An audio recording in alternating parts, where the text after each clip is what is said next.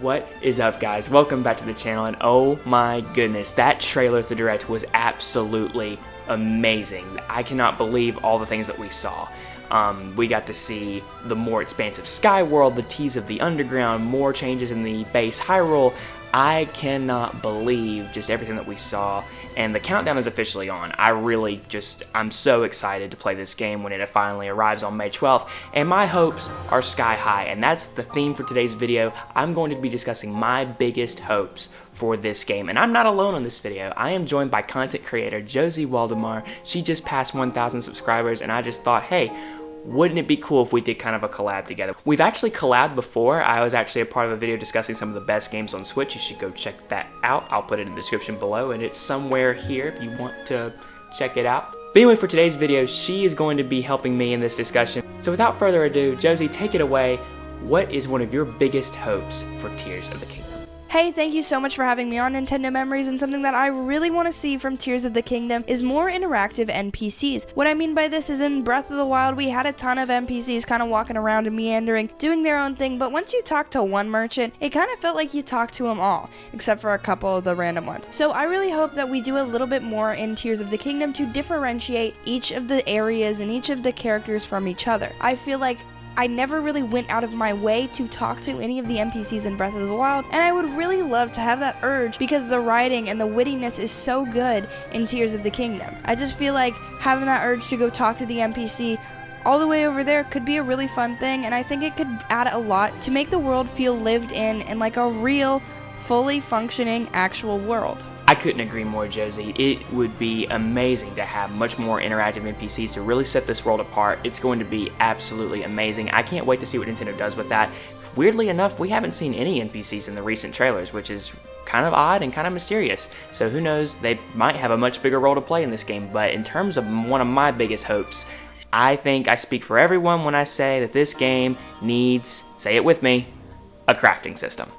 Now, for the record, I actually enjoyed the weapon system in Breath of the Wild, but like so many people, I also felt that it wasn't perfect and lacked something that would have made it 10 times better, and that would be the ability to craft your own weapons. Seriously, how could the developers have missed this opportunity? They ended up giving us the ability to cook and craft different dishes in Breath of the Wild and couldn't do the same for weapons? Come on, Nintendo. Along with this new crafting system, you could also have the ability to repair weapons that have broken in battle, or even make your current weapons stronger. And speaking of making weapons stronger, it seems we're going to be doing just that with the Master Sword. And once we do ultimately reforge the Blade of Evil's Bane, my one request is that it doesn't run out of energy and can be used at all times. I know this would destroy the need for getting other weapons out in the world, but hey, it's the Master Sword. Come on, please. Yeah, I really don't think that the Master Sword needs to run out of energy this time. It's been through enough. But anyway, enough of that. Josie, what is your next biggest hope for The Legend of Zelda Tears of the Kingdom? The next thing I want to see is a change up of the base Hyrule. Now, I think this is super important because we do know that Tears of the Kingdom is reusing a lot of the assets from Breath of the Wild, and that's totally fine. I'm all good with getting an early Zelda game, which is not really early, but you know what I mean. I do think that it is important that we set the Tears of the Kingdom world apart from Breath of the Wild. Now, I know we have the sky area and we have a couple other things, but I think it's really important to make sure that that base Hyrule, that base area that we're going to be in, is much, much different. I want different set pieces. I want different mechanics in different areas. I'm not going to ask for the world from this game, but I do think it's important that we're not saying, oh, hey, yeah, this is just like the world from Breath of the Wild, because Breath of the Wild has its world, and hopefully Tears of the Kingdom will create its own. I'm sure this is a high hope for just about everybody, because the base Hyrule, if it's just the same in Tears of the Kingdom, is going to be a huge letdown. This is being advertised as its own game, a sequel to Breath of the Wild. Yes, it takes place in the Breath of the Wild world, but it is its own game. It's trying to set itself apart. And right now, Nintendo just needs to really push to the forefront how the base Hyrule is different. They've shown the Sky World, they've shown the Underground, both of which are great. But if we get more of what is different in the base Hyrule, totally agree, Josie, this will make this game even more impressive. And when it comes to changing up the base Hyrule, there's one thing that I know will make all the difference: the return of classic Zelda dungeons. So for the record, I have nothing against the Divine Beast. I still enjoy playing through them, but they just can't replace the fun and thrill that was found in a temple like the Arbiter's Grounds or the Tower of the Gods. One of the things I did enjoy about Breath of the Wild was its new take on solving puzzles. Some had multiple solutions, whereas in other Zelda games there was only one solution and it was up to you, the player, to figure it out. With Tears of the Kingdom, the developers could merge the two together by giving us colossal-sized temples and dungeons yet again, while finding a way to still incorporate the puzzle-solving system in Breath of the Wild. Another reason that classic Zelda dungeons are long overdue for a comeback is because with them comes the return of classic Zelda bosses. I want something on the scale of Argorok from The City in the Sky or Koloktos from the Ancient Cistern. The bosses in Breath of the Wild felt very repetitive and as a result was one of the weaker points of the game. But that could all change in Tears of the Kingdom with the return of the colossal-sized temples and Zelda bosses that the series is known for. And by the way, there's a giant dragon on the bridge of Hylia now, just wanted to point that out. Colossal sized bosses just might be back. So classic Zelda dungeons, classic Zelda bosses, huge things that need to be added. But what good is a world without minigames? Josie, take it away.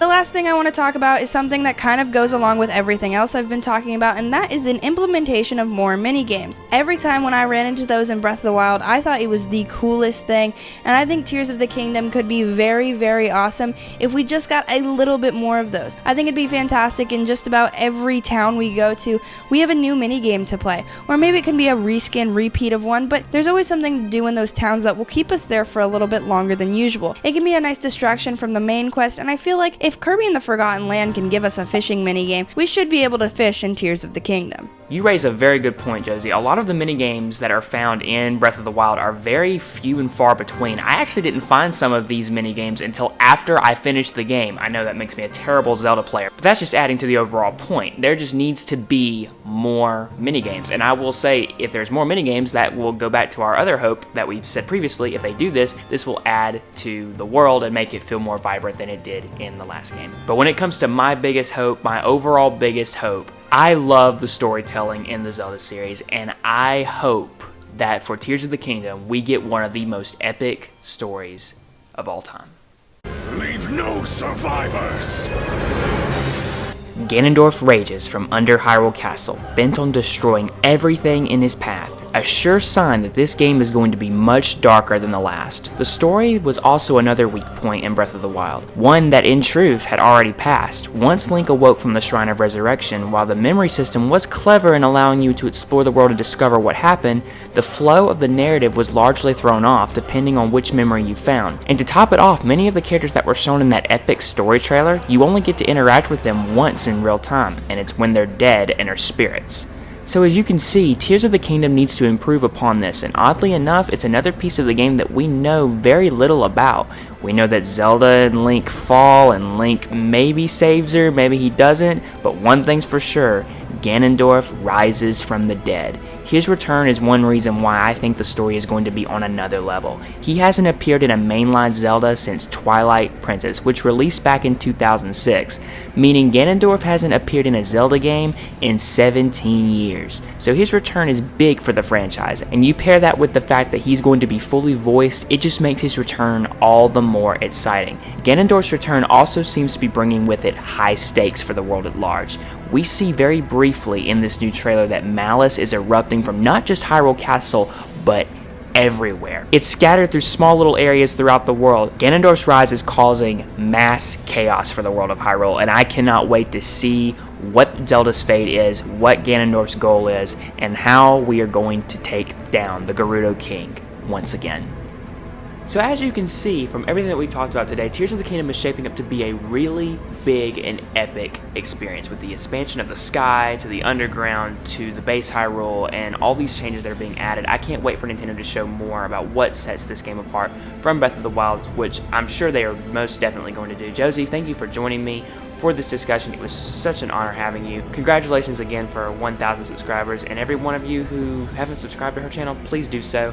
I'll leave a link to her channel down below. But anyways, if you're new to my channel, please consider subscribing. I would love for you to be a part of the conversation. I love discussing all things Nintendo, all things Legend of Zelda. I hope you guys enjoy Tears of the Kingdom when it comes out. I can't wait for it. It's going to be epic. Thank you guys so much for watching, and until the next video, everyone, take care.